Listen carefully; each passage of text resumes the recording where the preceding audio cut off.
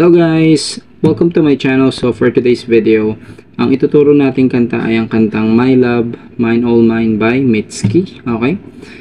Pero bago natin simulan ang video tutorial na to, kung bago ka lang po sa aking channel, please subscribe and hit the notification down below para updated ka sa mga bagong video na i-upload natin. Okay? So tara simulan na natin guys. So for the intro, dalawang chords lang kailangan yung tandaan. So ayun yung E. Nasa second fret siya, so fret ang tawag dito, first fret, second fret, third fret, and so on. So A, nandito sa second fret, ito sa yung pinky mo dito sa second string, ring finger mo nasa third string, fourth string naman yung middle finger mo. Ayun yung A.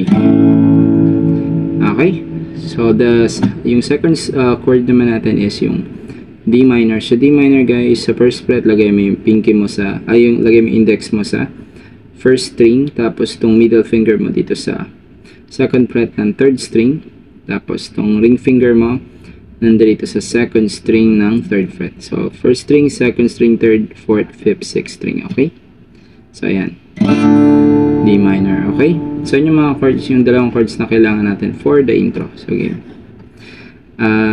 pasadaan na natin siya guys. Okay, so babagalan ko para makuha nyo yung strumming pattern at yung timing ng paglipat. Okay, so game.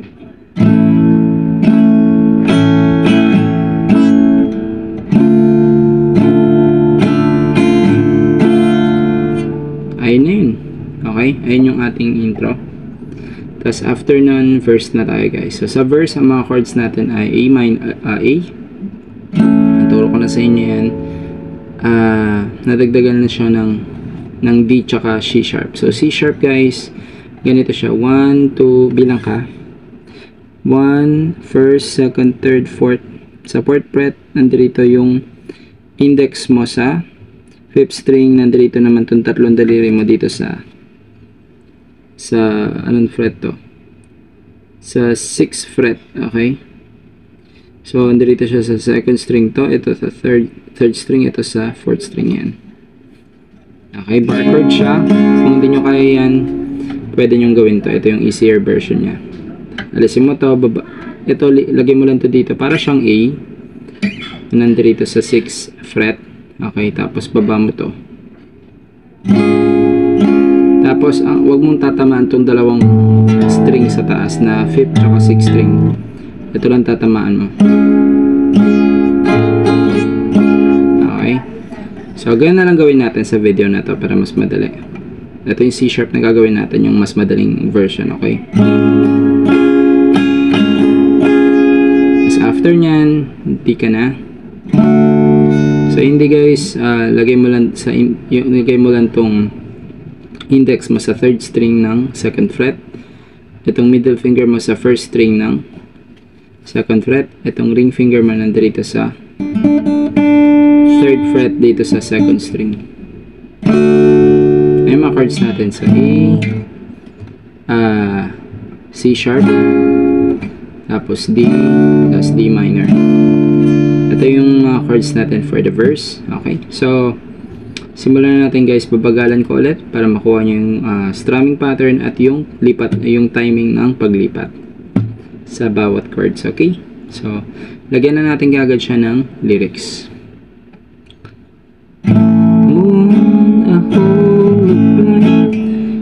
Through the beat of the high, here before and after me, shining down on me.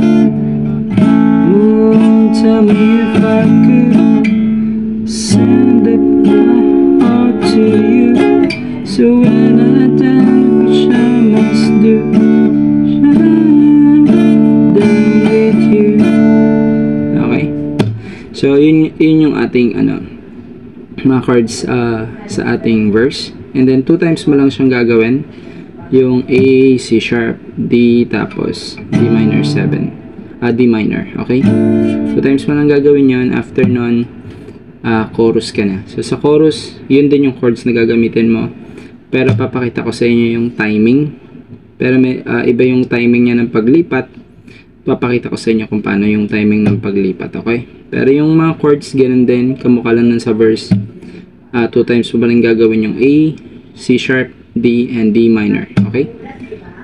Cause my love, my I love my nothing in the world belongs to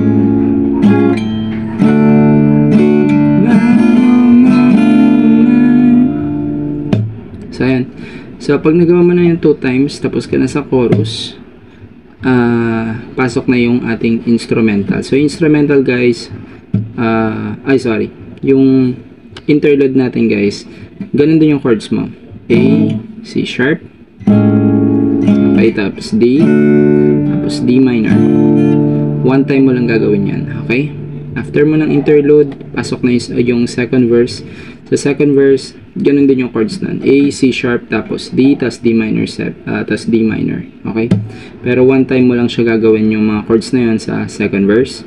Tapos sa second chorus, ang gagawin mo lang ng 3 times yung mga chords na A, C sharp, D, D minor. Tapos na. Okay? So, ganun lang siya kadali guys. Okay? Sana nagustuhan nyo tong video na ito. And kita-kits na lang. Kung nagustuhan nyo tong video na ito, please like and share. And kita-kits na lang ulit tayo sa next video na i-upload natin. Okay? Bye guys!